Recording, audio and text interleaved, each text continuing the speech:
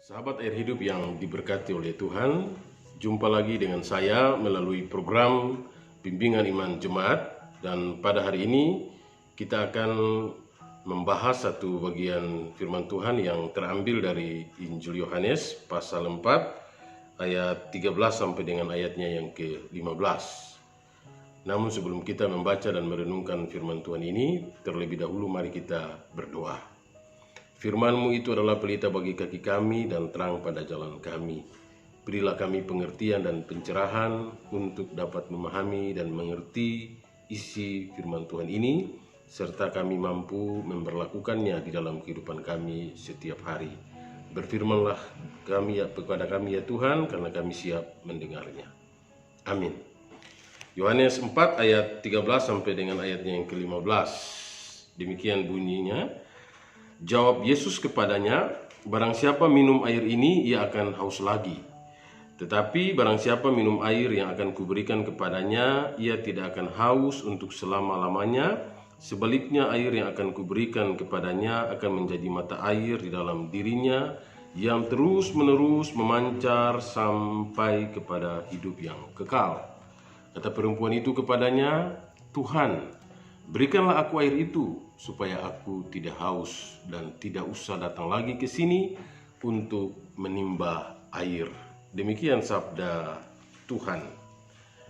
Nah, sahabat air hidup yang diberkati Tuhan, konteks perkataan Tuhan Yesus ini adalah ketika ada seorang perempuan yang berasal dari kota Sikar di wilayah Samaria yang tanpa sengaja bertemu dengan Yesus di sebuah sumur, dan oleh penduduk setempat disebut sebagai sumur Yakub.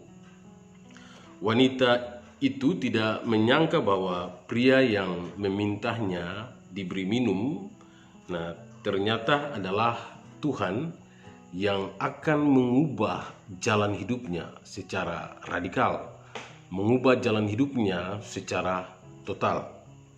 Nah, sebelum berjumpa dengan Yesus di sumur itu, kehidupan wanita Samaria ini jauh dari kebahagiaan dan kedamaian.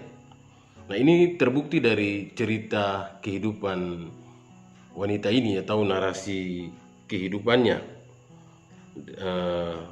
Ini terbukti dari beberapa kali dia telah berganti-ganti suami, dan sudah jelas cara hidup semacam ini pasti dicela oleh masyarakat, dan kita bisa membayangkan bagaimana pikiran, perasaan, serta batin wanita Samaria ini. Bertahun-tahun dia harus menanggung malu, menanggung hinaan, bertahun-tahun harus hidup dengan penderitaan batin yang dia tidak tahu kapan itu berakhir. Dan memang benar kata Tuhan Yesus, bahwa sesungguhnya setiap orang yang berbuat dosa adalah hamba dosa, dan hamba tidak tetap tinggal dalam rumah. Dan yang dapat melepaskan atau memerdekakan setiap orang dari ikatan kuasa dosa adalah Yesus Kristus. Nah, seperti yang Yesus sendiri katakan di dalam Yohanes 8 ayat 36. Jadi apabila anak itu memerdekakan kamu, kamu pun benar-benar merdeka. Nah, sahabat air hidup yang diberkati Tuhan, kelepasan atau kemerdekaan dari ikatan kuasa dosa, itulah yang Yesus sampaikan kepada perempuan Samaria itu. Yesus berkata di percakapan itu bahwa apabila orang minum air yang berasal dari sumur atau perigi ini, ia akan haus kembali. Tetapi tidak demikian halnya dengan orang yang memperoleh air hidup yang Yesus berikan.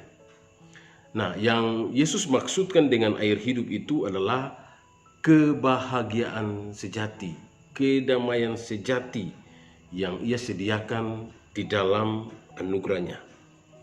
Nah, apabila setiap orang merendahkan diri, datang dan membuka hatinya kepada Yesus, maka kebahagiaan yang sejati itu akan mengisi hidupnya sampai selama-lamanya.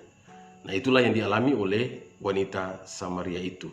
Akhirnya dia bisa menemukan kebahagiaan sejati itu. Dia bisa mengalami kedamaian yang sejati itu di dalam kehidupannya.